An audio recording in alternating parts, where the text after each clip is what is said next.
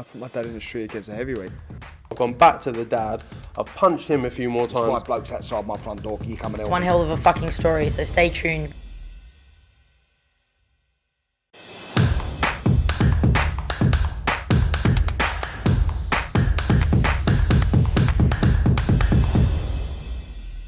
This week I'm absolutely delighted to be joined by a long-time friend. Call you a friend now, can't I, Dave? I should hope you're my friend since you came to my wedding I filmed your wedding. 10 years ago. I didn't get a job after that, but I didn't really publicise it. It was something done for you and your wife, obviously. I'd love to watch that back as well, because we were doing post-wedding interviews. I was actually interviewing you and your wife, going like, "How do you feel?" Like I was doing a boxing interview. Yeah, it was a good day though. At least the sun was shining and was we're still going strong. So yeah, it was all worth it, man. It was all about the video. Dave Caldwell, yeah, absolutely ecstatic that you're on this. Well, I've been interviewing you for since we started, so 12 years, etc. And it's always about the same old thing, but I wanted to make this a little bit different. So, are you ready for this? I think so. A little bit nervous. It's a little bit different for you, but yeah, I think so. Okay, I'll ease you in nice and gently.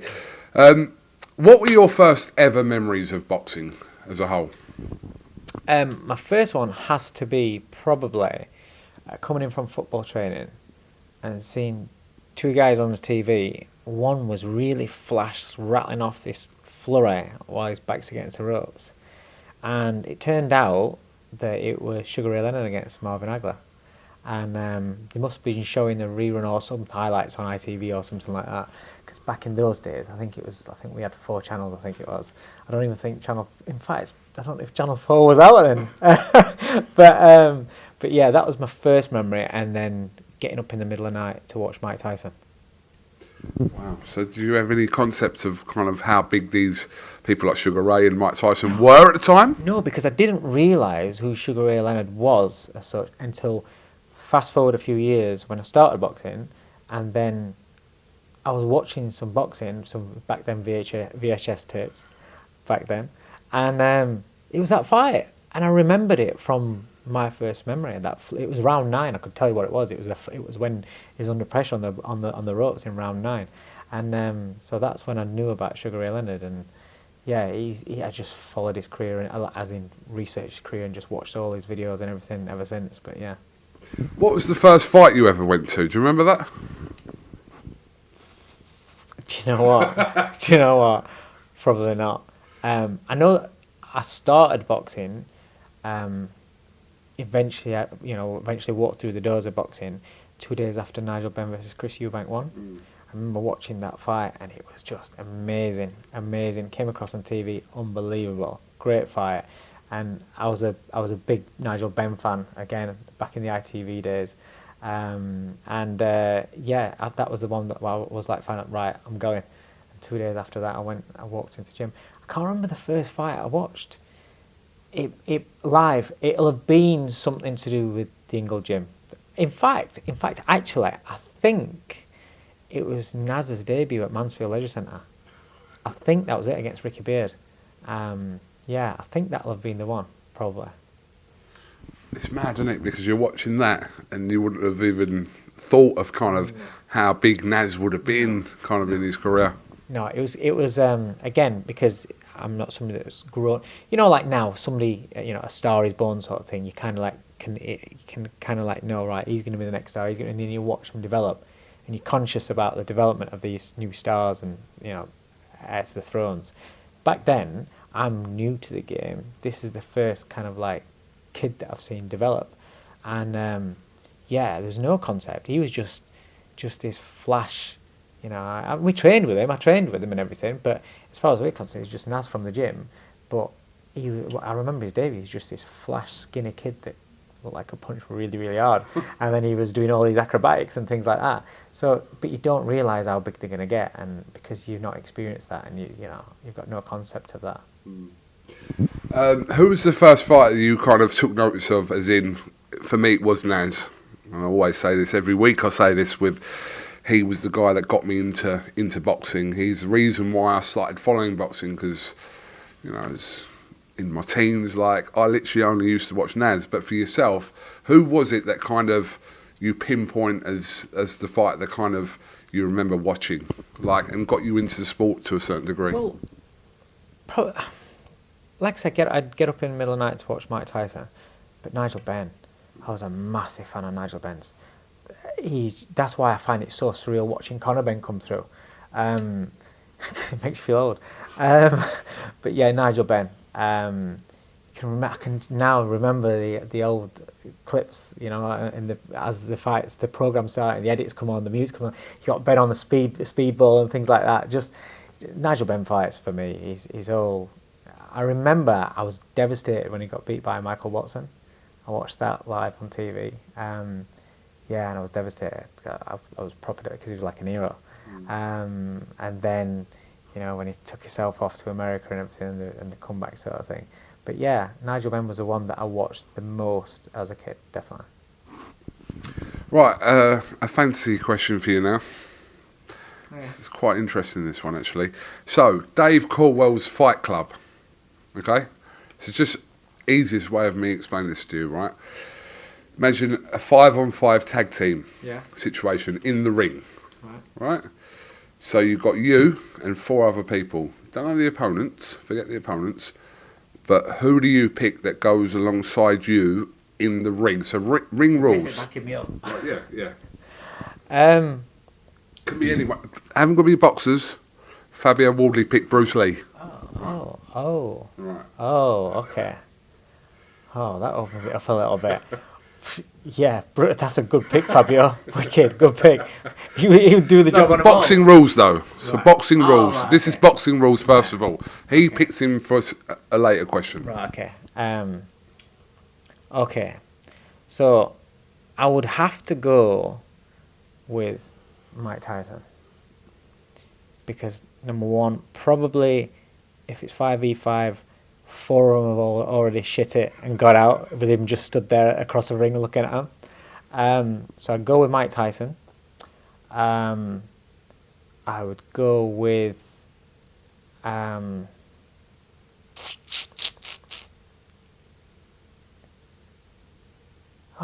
this is a tough one, this actually. Probably bit of a different one, this one. But I think I'd go with Lennox Lewis. Okay. Because it's boxing rules. Yeah. Yeah, because he's got such an underrated jab and right hand, boom, and he's massive as well. So if you got Tyson and you got Lewis together, that's quite a good little combination. Roberto Duran, because he's just an animal, a beast, and let him off that leash and he'll just chew him up. One more. Oh, that's a difficult one, that. One more would probably... That's my toughest one, to pin one more down. Carl Froch. Good shout. Yeah, because he just being an animal. He's kind of some. That's mainly because he's somebody that I would think, if you were in a dark alley and you was going to have it on cobbles, who would you want on your side? And I think Froch should be one. Okay, well, these were boxing rules. So the second part of this question was, or is going to be rather, a street team. Oh, okay. Street rules, no weapons, by the way. I've got to say, we're not promoting any kind of street violence. This is a fancy question, but got to say that. But on a street team, who goes on there? Okay. You can swap back one round. I would still have Tyson. Yeah. Because I said what I said, I've got to have Froch, definitely.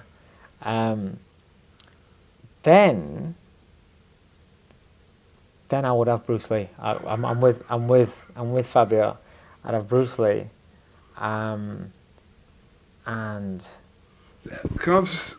I'm not going to put words in your mouth, but there's one obvious person there that, in a street fight especially, or in the ring, that you haven't picked, and I'm thinking, I'd put him in there definitely. Someone that you're very close with. Value. Yeah. Yeah, but Rachel, his wife, had absolutely hammered me for pulling him back in. That should kill me. Street fight. Yeah, 100%. Yeah, yeah, yeah. I'd always have Bellew to back me up, definitely. So we've got Bellew, we've got Froch, Mike Tyson, and Bruce Lee. Yeah, and I'd be like, off you go, boys. Do you know, Dave? Do you know the funny one? Right? Is I did this with Darren Barker, and he went. The fifth person he put, I'm not sure it was the street team or the ring team. He put Eddie Hearn in there, right? What? Yeah, right. Listen, and I went Eddie Hearn. He's like, yeah, I just want to see what he'd do. Yeah, fair point. Yeah, Just for comedy value, I'd put him at the front of it as well, just to see what he would do. I went, that's actually a very good shout. it is. It'd probably be hiding under his Bentley. Probably. Or driving the Bentley away. If you weren't in the boxing business, I don't know if you've ever thought about this before, but if you wasn't, obviously you've grown up around boxing and it's been a part of your life, all your life, what would you be doing? No, but what would you be doing as kind of your profession or the main thing in your life? So because I've done it, I did 5 years coaching my little boys' football team, so grassroots football, and I loved it. I enjoyed it. And I love football, and I'm kind of like one of those where, like I study and analyse boxing because that's my job, because I got responsibility for these kids, I'd find myself doing the same thing, so I'd be up studying football as well, and I still do with my little boy now, and I love it. So, yeah, football. Do you think you would have got into it as serious as you got into boxing? Because obviously you've promoted, you train people now, you manage fighters, you've done everything, you fought yourself. Yeah. Do you think you would have got into that as much as with everything? I'd like to, definitely, because when I was a kid, it was all football for me. I didn't start boxing until I was 15. And I only started boxing because of how my childhood was. Otherwise, I would have stuck with football.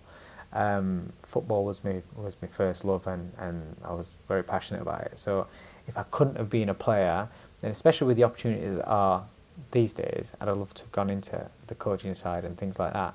But then again, thinking about it, there's far more opportunities now for young kids coming through in football, like, you know, that can't make it as a footballer, than what there were when I was, you know, when I was coming through and when I was a kid. I mean, you know, you're talking a long, long time ago. So maybe there wouldn't have been those opportunities. It's mad, isn't it? Because you've ticked every box kind of in boxing, as you know, from the kind of the fighter stage to the promotional, to the trainer, the managing, etc. Everything, gym wise, you've kind of ticked all in boxes, haven't you? There's not many people who have actually done that. Yeah, to think about it, I have. I've kind of done everything, but it's been a blast. I've loved it. I love what I do. I'm very, very fortunate to have done it. Do you remember the first ever outside of the ring? Do you remember the first ever fight or altercation you ever got into, or one that kind of stands out? Yeah, because I was your classic school wimp, so they're no good memories. You ask me to talk about it. Yeah, I just get bashed. That was it. But I remember one of the kids that used to bully me. We was in the local park. There were loads of kids around, and he was just bashing me up. And I remember there's loads of kids around, as there are, and it's got me laid on the floor on my face, and he's on the back of me, and then he gets up and he jumps up and lands on his knees in my back. Mate, I've remembered, that stands out so much. I think that was the first time, like it was where it was a bad sort of beating. Do you know what I mean? But yeah, I weren't really somebody that liked to fight. Junior school, I was all right. I was all right.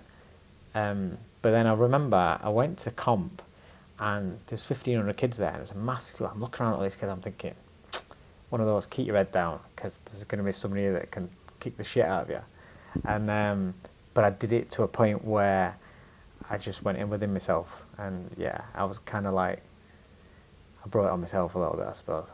That situation you were talking about, when that ended, immediately after, do you remember the emotions you were going through?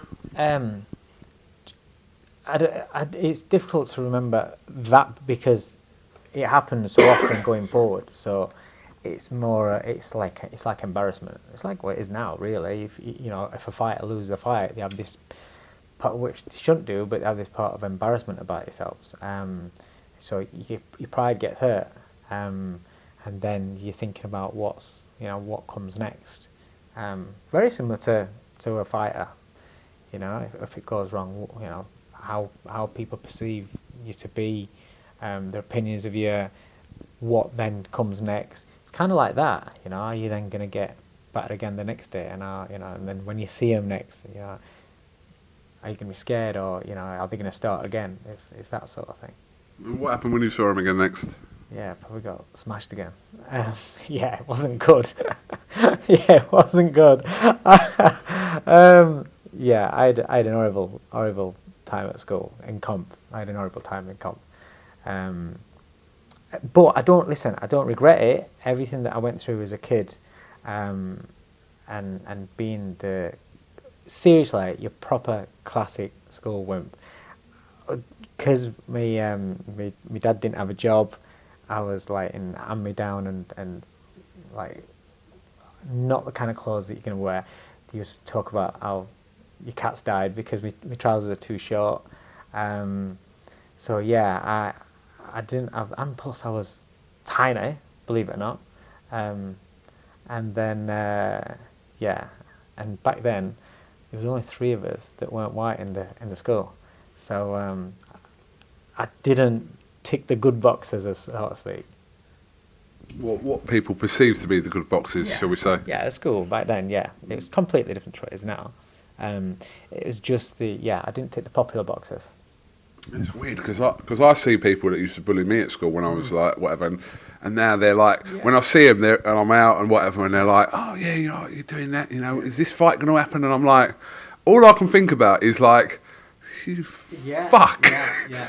Like, I know it's like 20 years ago, but it's like, and I know it's like a kid's thing, isn't it, as well? And it's like, I think it's important also that's installed into your children as well about that bullying aspect, because I think every child, it's not in them, but it could be in them. Yeah. So it's important to kind of get that element out of them as quick as possible.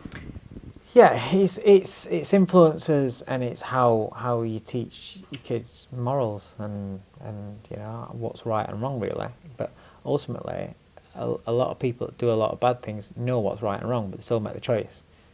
But it's about trying to encourage them to make the right choices more than anything. But it was. And back then again, you've got to remember, it's different.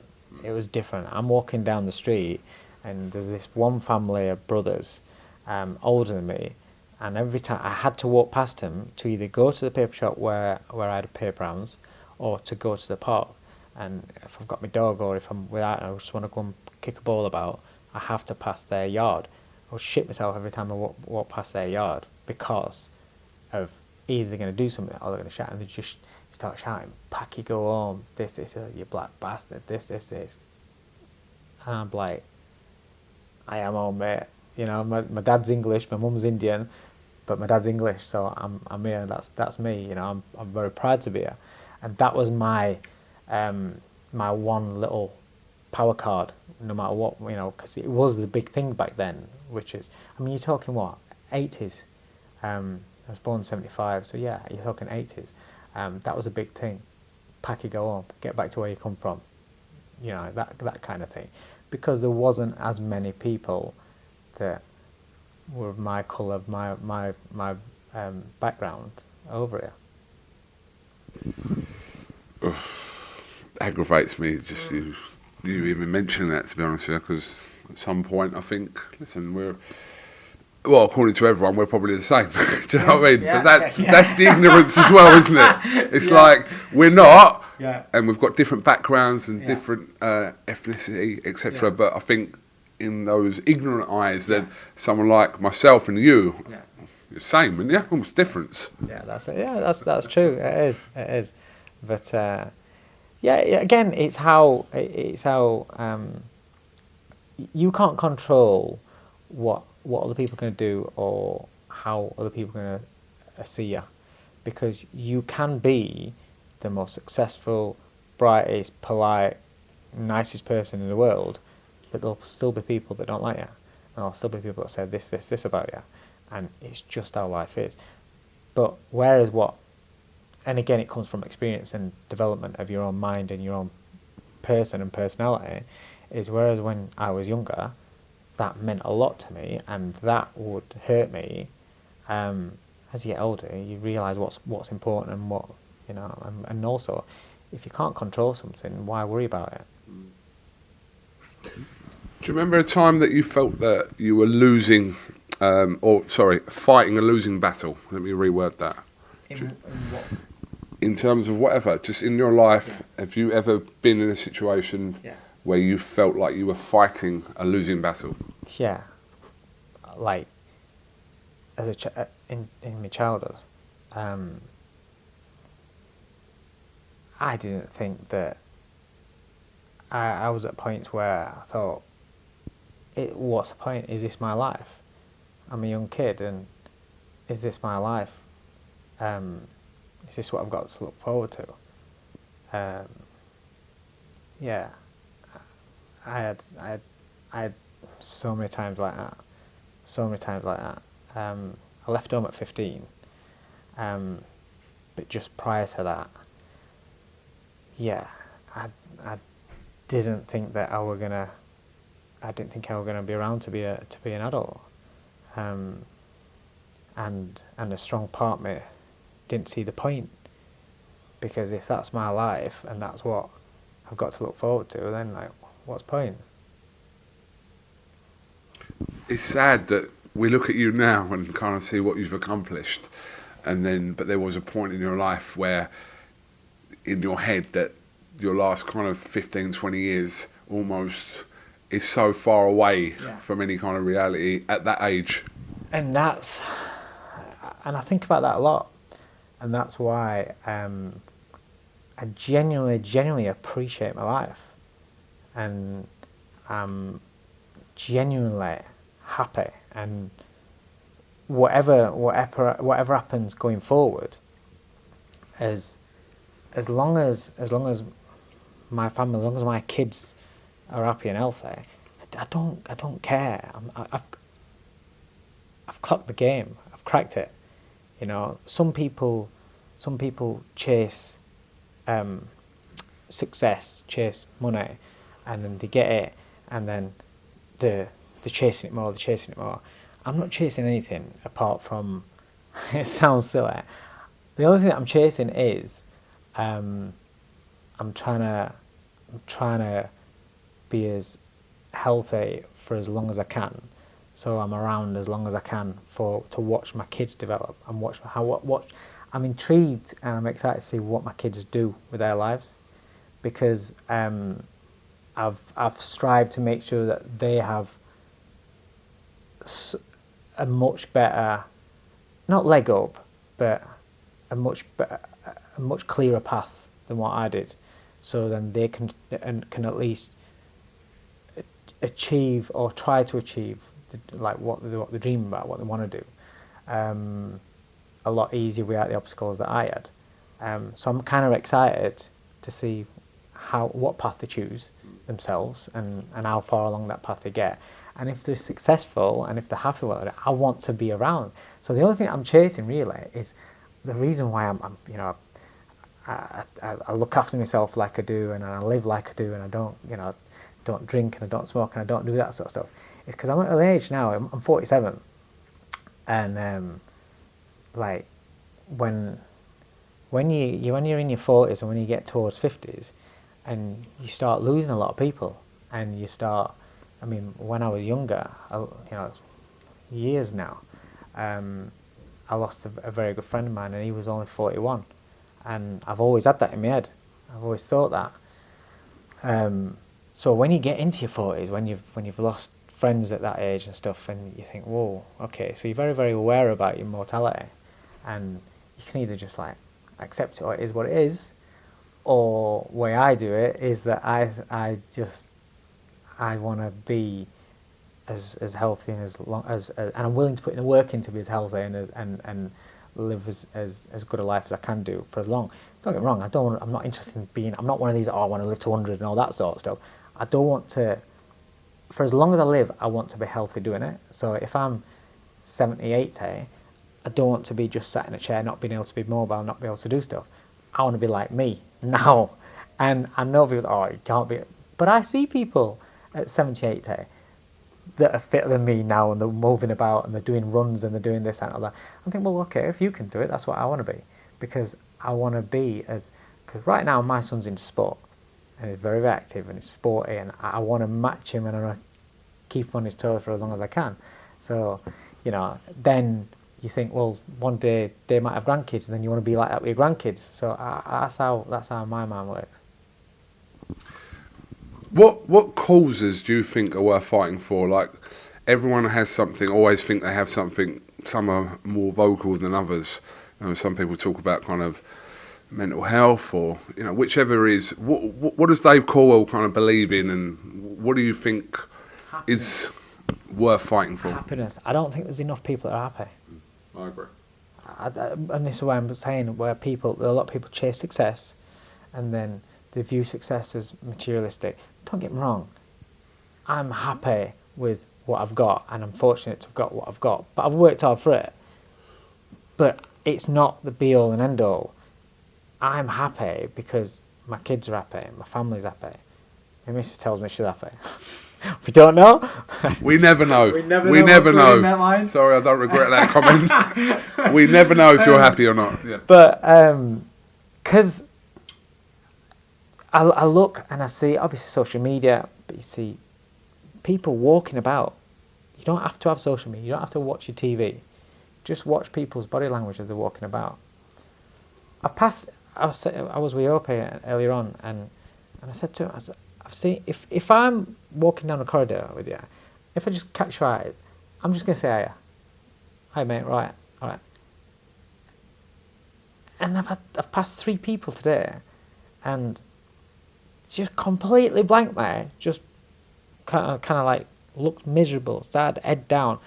And I just think that, again, if you watch people, you look at people's faces, look at people's demeanour, stuff like that, a lot of people are suffering, whether it's outwardly or inwardly, with life, with problems, with health, with stressing about money, stressing about cost of living and stuff like that. Food. And it's always, there's so much negativity that's on your news, so much, it's like a constant barrage of putting fear in people or making people aware of unhappiness. Good news doesn't make TV. Happiness, happy, good stories don't make TV. They might make it on your TikTok or your social apps. I'll be honest with you, I like the stuff on TikTok where it's uplifting and it's you see nice, like cool videos, funny videos, people having fun, good times. Because there's not enough of that being put out there into public, so everybody's got this constant negativity.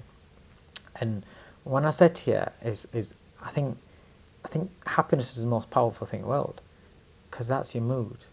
That takes you out your depression, that takes you out your sadness, your loneliness, money comes and goes, but happiness is a big thing, and there's too many people that aren't happy enough, which is why we have so much depression now, and which is why we have so much suicide now. And it can be people that you would never ever guess. You would never guess. I've had people that I'm friends with, people that I know, and when they've taken their own lives, you're like, what? You would never ever guess. And I think that's scary, because you just don't know. And when people are just, being rude to people or being heartless and nasty to people, you just don't actually know what's going in that person. How do you not know that you're not going to tip them over that edge? How do you not know that? Because you might well be. They might be teetering, thinking of what I've got, and that one thing can change their mind, or just push them in a direction. Which is why it's again, like I said, it's only it doesn't take any effort. But if I'm, like I said, if I make eye contact with someone, I'm going to say hello. Just because, you know, somebody might not feel as though they notice. Might not feel as though that they matter. And somebody says hello to them. And it just lifts the mood, and it just either delays or stops them from doing something. If you delay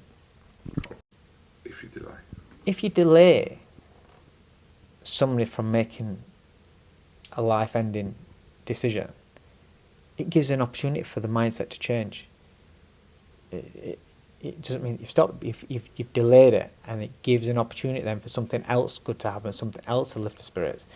And so yeah, I'm a big believer in happiness. I'm a big believer in happiness over everything, and that for me, I find it sad that life's just, everywhere you look, it's consumed with people being unhappy, and that all falls under the same umbrella, whether it's health-wise, whether it's finances, whether it's just relationship stress, people stressing about the kids not getting, kids not having great parents. That's another one. Kids pisses me off when you've got parents that don't back the kids. I had it, so I can speak about it, and I know how that feels, and that's why I will always back my kids as much as I will do, and as much as I can do, because I had it. I don't believe it's right that your kid has a dream or tells you that they want to do something, and you tell them that it's never going to happen. You tell them that they're useless. You tell them that they're not going to achieve anything in their lives. You need to be realistic. All that bullshit. I don't think that's right. I can speak about it because I had it, but that's why I'm the complete other way with my kids. And my son wants to be a footballer. He don't just want to be a footballer, he wants to be the best player in the world. And everyone's like, that's sweet, pats him on the head. Somebody told Ronaldo, so Ronaldo told somebody, or Messi told somebody, or Maradona told somebody when they were a kid that they're going to be the best player in the world. Just like our friends, our fighters, when they were amateurs and they started, and they were kids, I'm a world champion. I want to beat that man. I want to be the best in the world. But they're working for it. Anybody that's working for it and has got the mentality and got the discipline can achieve it, because there's somebody that is the best in the world. So I will never tell a kid, if a kid tells me that, a young kid tells me that he believes he's going to be the best player in the world, or if he's going to be a world champion or whatever, how do you not know? Because somebody around their age, somebody is going to grow up to be that man or woman, But parents that my mum did. My mum trounced on any dreams that I had, constantly telling me that I'm never going to do anything. Still don't think I've done anything yet. Honestly. Still disappointed because I weren't a doctor. So you're stereotypical. But you can't have an idea for what your kid's going to be, and because they don't want to be that, resent them for it and want to destroy their ideas of what they want to do with their life. You're meant to support them. And that's where I think, again, there's not enough parents that don't get me wrong, there are a lot of good parents, but there's not enough parents that will back the kids' dreams in terms of, and I'm not talking about money. Money's not, we ain't got money. Money now is becoming such a stressful thing, lack of it for people. But I'm talking about talking to your kids, spending time with your kids, making them believe that they can achieve whatever they want to achieve, because that's the most powerful thing, and it's free. It takes your time, and it takes your words, it takes your compassion. It's interesting what you're talking about, because I think a lot of parents, like I said, they've probably got an idea in their head of, like, as you kind of see the personality of your children develop, etc. But as they get older, you kind of think, oh, I'd like them to do this. I'd like them to do that, etc. But it's not always reality, because, like, my parents would have, I did A-level law, right?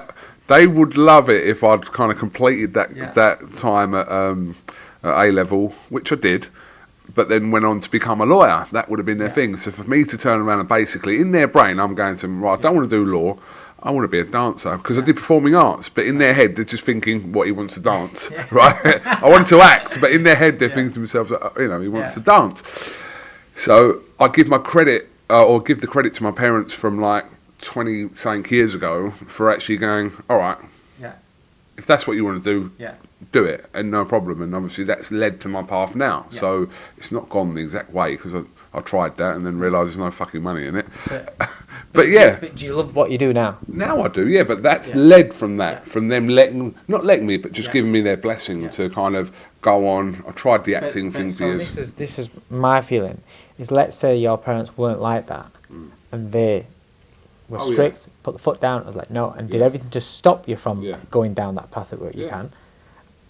I'm not sat here with you now. But but not only that, let's just say you became the lawyer, or you did something like that, what they would more approve of, and you're going to work every single day, because how many people do you hear go to work every single day and fucking hate the job?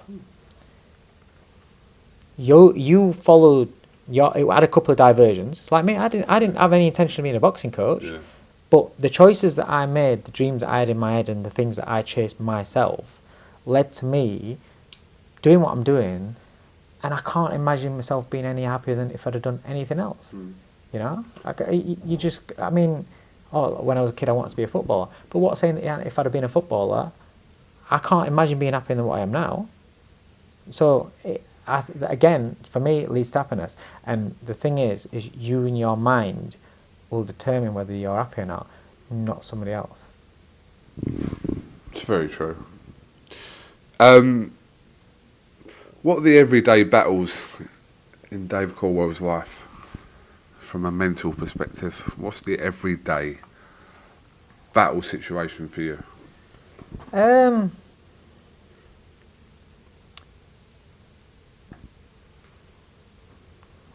Not being good enough. I put a lot of pressure on myself, because I'll never be satisfied with what I do. I don't know how to enjoy the moment. Bellew wins a world title, I'm thinking about his next events while we're celebrating his world title win. I can't enjoy the moment of what we're achieving, what I'm doing now. You know, one of my young fighters goes out and boxes brilliant. Everyone's, I'm thinking about when he steps up, just get beat by him. As a parent, I know my kids are, they've got a good life and they're happy, thank God. But I can't sit on that because I think they could be happier. They could. I don't know. I don't know. Just being good enough in every way, really. I think I just don't know. I can't. I don't understand how to switch off, relax. And sometimes that is because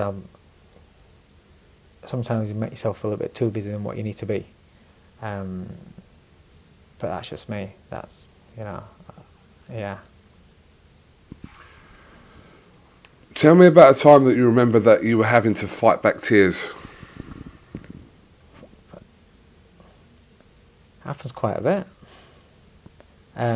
What sticks out over your life? Just childhood. Just if I hear something on the news, or I hear a story, or I see something where I see just shit happening with kids, parents not being parents, things like that, deprived kids, things like that. Because you strike me as someone who is like an emotional person. Not strike me, I know you're an emotional person, I don't know why I said that.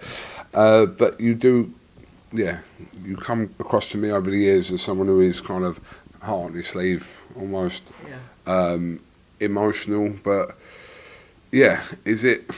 And it's always like a stigma or a stereotype attached to kind of being emotional and kind of even the aspect of crying or whatever being kind of weak, especially like for a man. It's like there's that attached to it. But I think like because of what's been going on, as in not been going on, it's been going on for years. But I'm saying because mental health is so publicised now, I think it's encouraging people to get away from that stigma of like not being emotional, not showing your kind of that kind of thing, if that makes sense.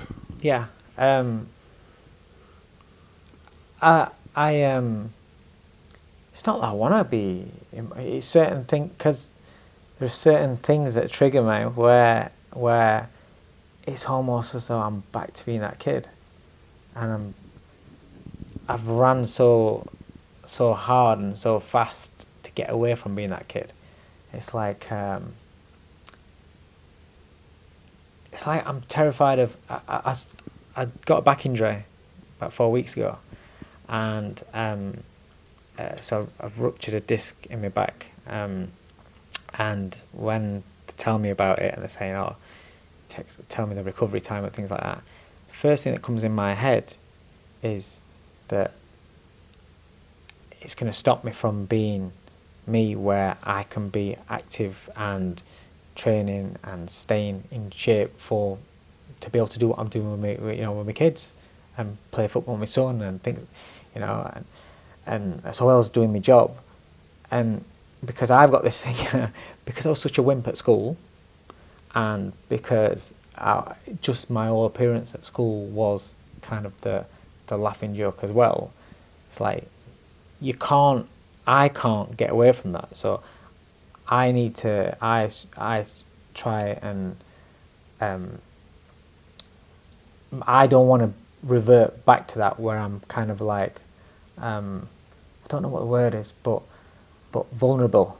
That's it, vulnerable. Everything I do for myself, I'm like, no, I'll do it. I'll get it done. I'll do it, and that's kind of how I am. And then if you get an injury and you can't do this, you can't do that, and then I see people at my age where they get an injury and they slam on loads of weight and then they're unhappy because they're not how they were. So I when that happened, I was like, I had 10 minutes where I had a wobble, and I thought, shit, that's going to happen to me. I'm not going to be able to do it. I'm not going to be able to do that. But then I have got a very strong mind where literally 10 minutes later, I flick a switch and I'm like, what happened to me? I'll be back training lads in a week, and I'll be back doing this, and I am, and it's weird because I've got a very, very strong mindset, and when I set my mind on doing something, that's how I'll keep my mind conditioned. That's it, and whether I achieve it or not, that is it, and I won't stop. But little things will trigger me that take me back and make me feel like I were when I was a kid, and I think the emotion side, I think too many people try to bottle it up. I can't bottle it up. It's just how I am. But a lot of people will bottle things up, and all that's doing is frying your brain. And all that's doing, I explained to my son, because he came back and he was talking about. He was so forward for his years. He's only just 11. And he was talking about mental health. He was talking about why because there was a bit where like there were always people being spoke about on news, like like celebrities and stuff like that, where they've committed suicide and things like that. And they must have been talking about it at school. And he came and he asked me, he says, what is mental health and what is and I explained to him about how to look after your brain. I got a glass of water, and I said, "This is your brain." I said, and "This water is your thoughts." I said, and "Your emotions." I said, "Your problems." Right. I said, "So every bit of water I put in," I said, "That's a problem." You pour it into your head, you pour it into a glass. I said, "That's your brain. It's got some problems in its mind," and you keep it there. It's still there. That's it. You don't let it out. You don't empty the glass out. You keep that glass of water there, that little bit of glass of water. So you get some more water, pour it some more. So that's some more problems. So it's still there. Get some more water, and I did it in stages. Every time I poured a bit of water into this empty glass, that's problems filling your head up. I said, you see how much space here? So the space that's left, that's your good thoughts, and that's the stuff that makes you happy. I said, but this water is your problems, and you see how it gets to halfway. When it gets to halfway, I said, it's now 50-50. Once there's some more water in, now you've got more problems in your mind and more things you're stressing over than what you have that make you happy and make you think nice thoughts. Then I filled it right to the top. So now your brain is full of problems. It's full of problems. I went, right, yeah. I said, there's no good thoughts, there's nothing there. He's like, yeah. Then I poured some more water in. I said, what's happening? He said, your brain is too full. And that's how I explained to him about mental health and about how it's important to get your problems out, and you got to speak, because if you don't empty that glass out, just keep pouring water in there, it's going to overflow. And that's like your brain with problems. You can handle shit. We are built to handle shit a lot more than what you think, and you're able to build and handle it. But it gets to a point, no matter how big the glass is, no matter if it's a jug, a big bottle of water, or if it's a little cup, no matter how strong your mind is and how strong a person you are, there's only so much space in that brain. And if the bad shit takes over from the good shit, your head just blows. And that's when people feel as though there's no way out. There's no room. That's it. It's just full. That's what I said to him about the glass. It's just full. It's just full of problems, and you don't see no room. There's no room for any good thoughts. And he got it, and he understood it. So he understood about how it's important to, if he's got anything listen, he's a kid, but he's going into a bigger school. He's doing it. He plays football. He doesn't have particularly many friends at his own age. All his friends are older, because he gets on their wavelength. But little things that are little problems, speak about, they don't become big things. They don't fill your head up. So I find it so important that people are aware that it's not just good. It's not just good to let your emotions out, but it's important. It's important, especially nowadays. It's different. We have a lot more things that we're aware of. So I understand, like, some older generations will say, yeah, but all you young kids are soft, and you don't. And there is an element of that in the way that they've been brought up to be protected from competition, protected from winning and losing, because you don't want to have to suffer losing. But then you get into real life. What's a job interview? If you don't get that job, you've been rejected. It's the same sort of thing. But in the old days, even in my time, there was no social media. You wasn't aware, unless it came on the 6 o'clock or 10 o'clock news, right? Or on the radio. Or on the radio. Yeah. You wasn't aware of shit was going off in China or Russia or wherever, right? You weren't aware of what's going off in London unless it came on the news. Now you're aware of everything, and the 90% of things that are on social media is negative, fear, bad times, and it's filling people's heads. And it's and certain things where trigger people. There's so much things where it's filling people's head with that much negativity. They are more aware of it, so they absorb more problems. Even if it's nothing you can control, you're absorbing more problems. So therefore, your capacity to handle problems becomes much harder work, and so a lot more people can't cope with problems. Dave, did everything you've achieved, and this isn't really specific to even boxing, but just everything you've achieved in your life, do you feel like everything's had to come with a fight? Do you feel like you've had to fight anything, as in, like, nothing's been, like, gifted to you, which we know it hasn't. You've had to kind of work for everything you've done, but do you feel like every proud achievement you've done, like I said, from even your kids to your family, everything in your life has come with some sort of fight? Yeah, but I think everybody has the same thing. That's just life. If you want to do things that aren't normal, what we do isn't normal. It's not just a normal job that majority of population does. It's different. but it's also in the limelight. It's also being judged every step of the way and everything. So it's gonna be where you feel as though you're fighting all the time, because you're always in a position where people will judge you, and people say that you're no good. People say that it's a failure. There's competition to get to where you want to be. It's kind of like everyday life. It's just a bit more in the spotlight.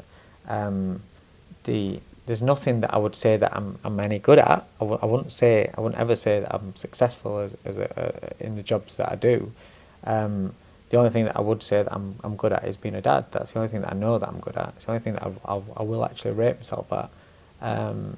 But to me, that's the most important job I've got. So, and that's my perception of myself. It doesn't matter what anybody else thinks. Where does your fight spirit come from? Where does that kind of whether yeah? Being a kid, what I got through as a kid prepared me for all this, prepared me for everything else as an adult. You go to school and you're ridiculed. You go to school and you're embarrassed. You embarrass yourself. That's the worst thing in the world, is being embarrassed yourself. There's no, people look at you and you automatically assume the worst because you embarrass yourself. You don't, But then to go home, and then I had a mother that my mum, some people know about it. I've spoken about it before. I had a mum that in this day and age, I wouldn't have been allowed to be my parent. So to get it from both sides, and my life started when I left home. When I left home at 15, so all that prepared me, and then from 15 having to be switched on and go about my business, that made me grow up really quick, and I suppose that's why I've always been a little bit older in head than what I was, even though now I can't say that because now I'm younger in head than what I am. What is your relationship like with your mother? You've made a couple of references. There is none.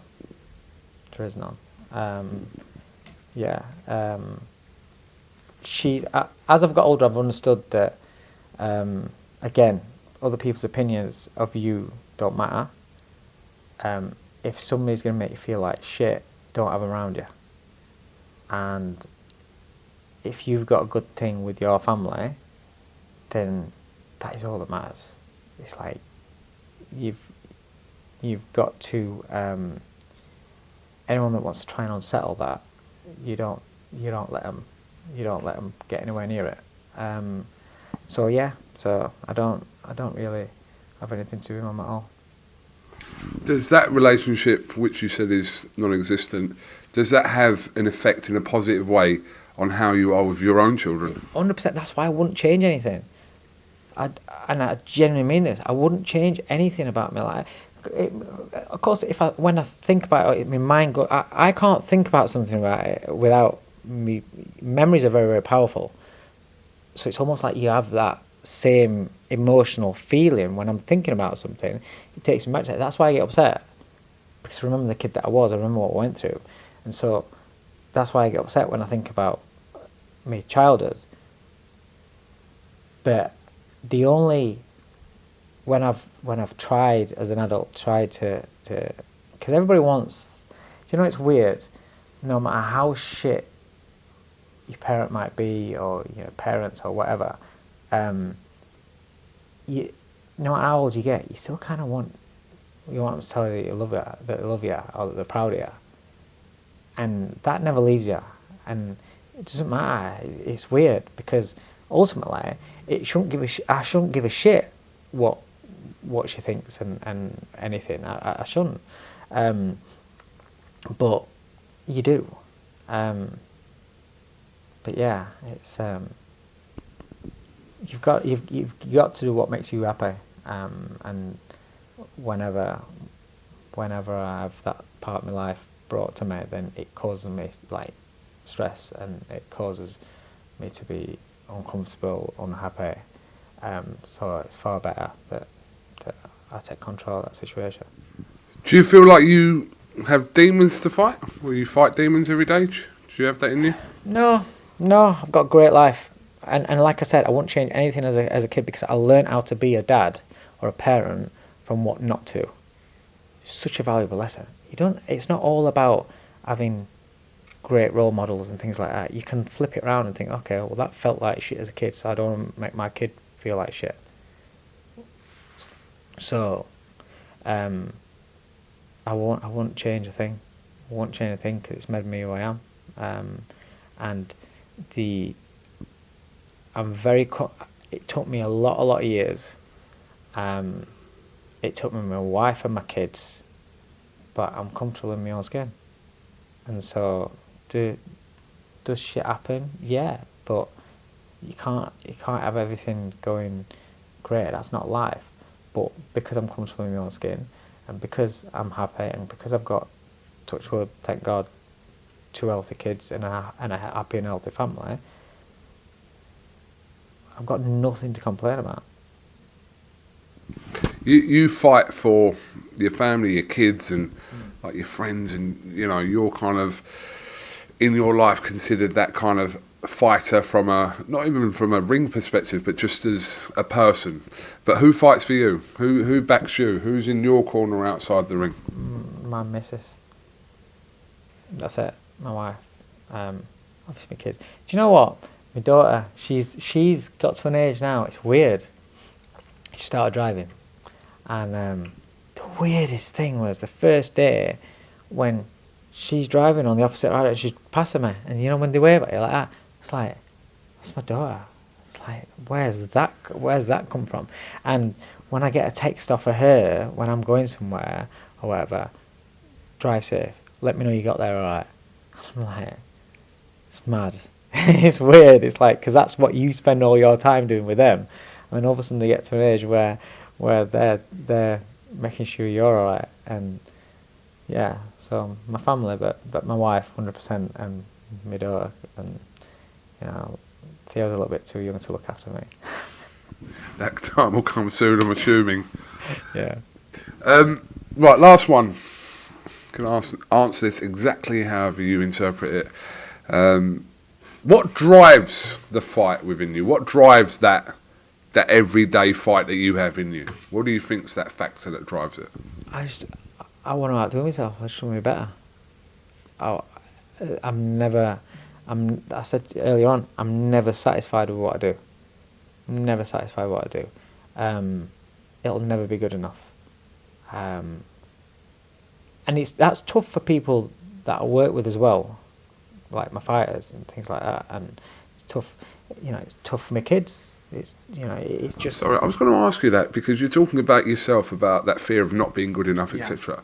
But do you not fear that that's how your kids are going to perceive life? That if they take it from their dad, that nothing's ever good enough. That's not necessarily the best thing for them. My kids haven't got a fear of failing. I had a fear of failing, and that's why I failed as a fighter. I wasn't terrified of my opponent. I was terrified of losing. I was terrified of not being good enough because I was always told that I'm not good enough. I was told at home I'm not good enough.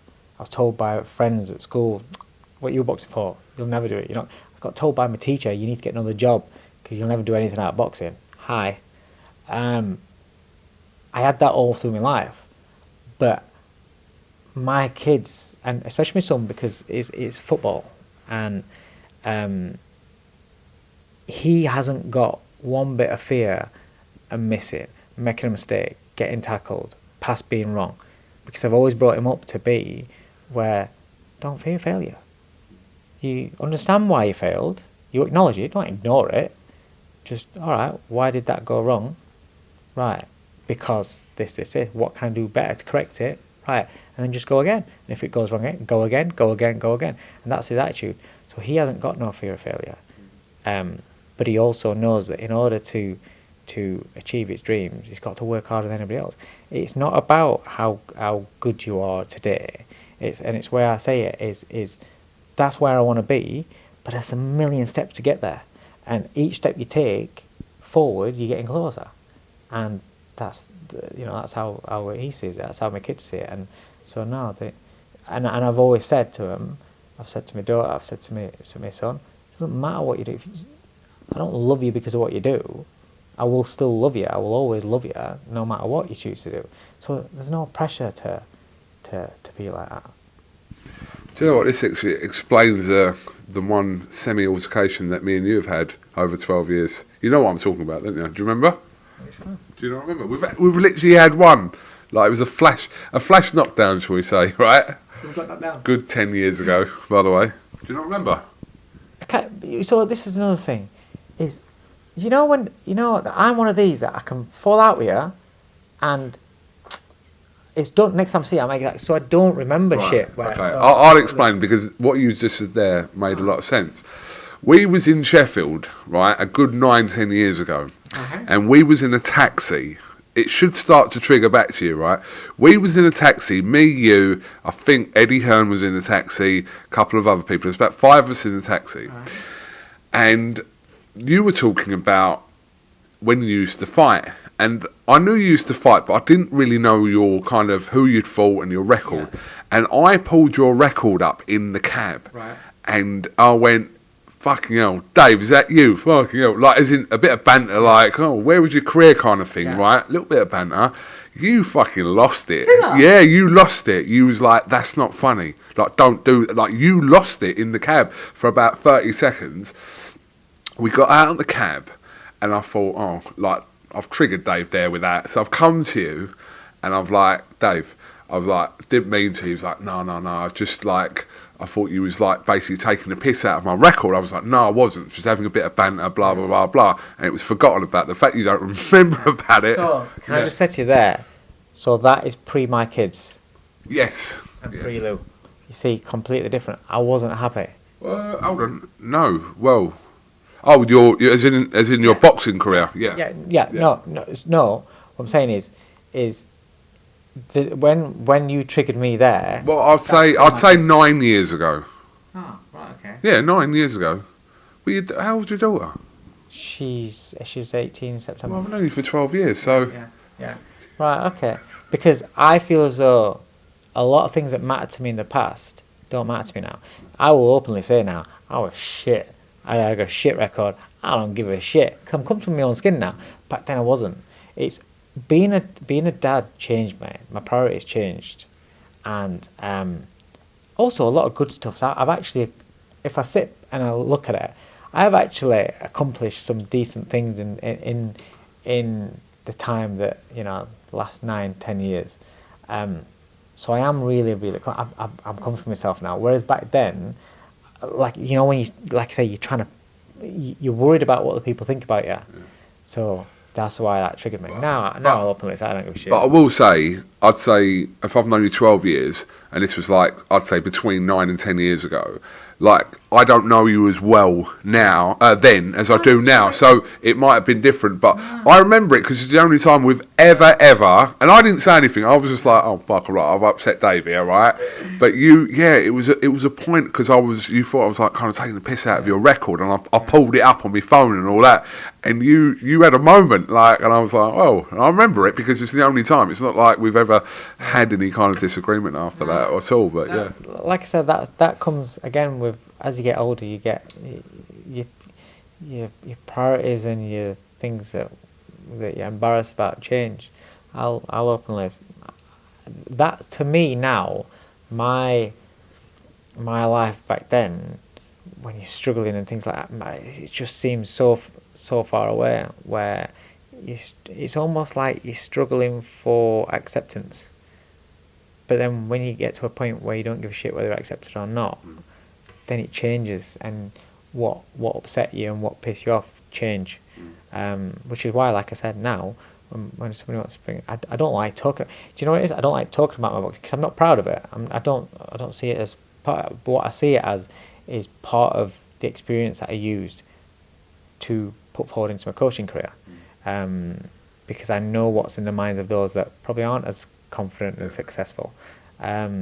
So yeah, but whereas back then, it's that you're still in that phase of trying to prove yourself and be accepted. Do you know what I mean? Sorry, mate, I'll accept your apology live on. I'm only you out one. Dave Caldwell, appreciate your time as I do always, and it's been insightful because again, I say this to people every week. I'm like, I'm still learning. It's like people I've known like you 12 years. I've known like Fabio 5 years. I've known Connor for the last 7 years, and it's like I'm still learning now about because we don't talk about this kind of stuff, and it's like. Yeah, sometimes I think just to kind of delve away from me asking you about all your fighters and who's going to win out of this fight and that fight, it's good. It's good. No, nice one. I appreciate you having me on. It was nice to be asked. No problem. Right, this has been for the Raw Fight Within podcast with me, KUGAN CASSIUS, with my very special guest, Dave Caldwell. Thank you very much.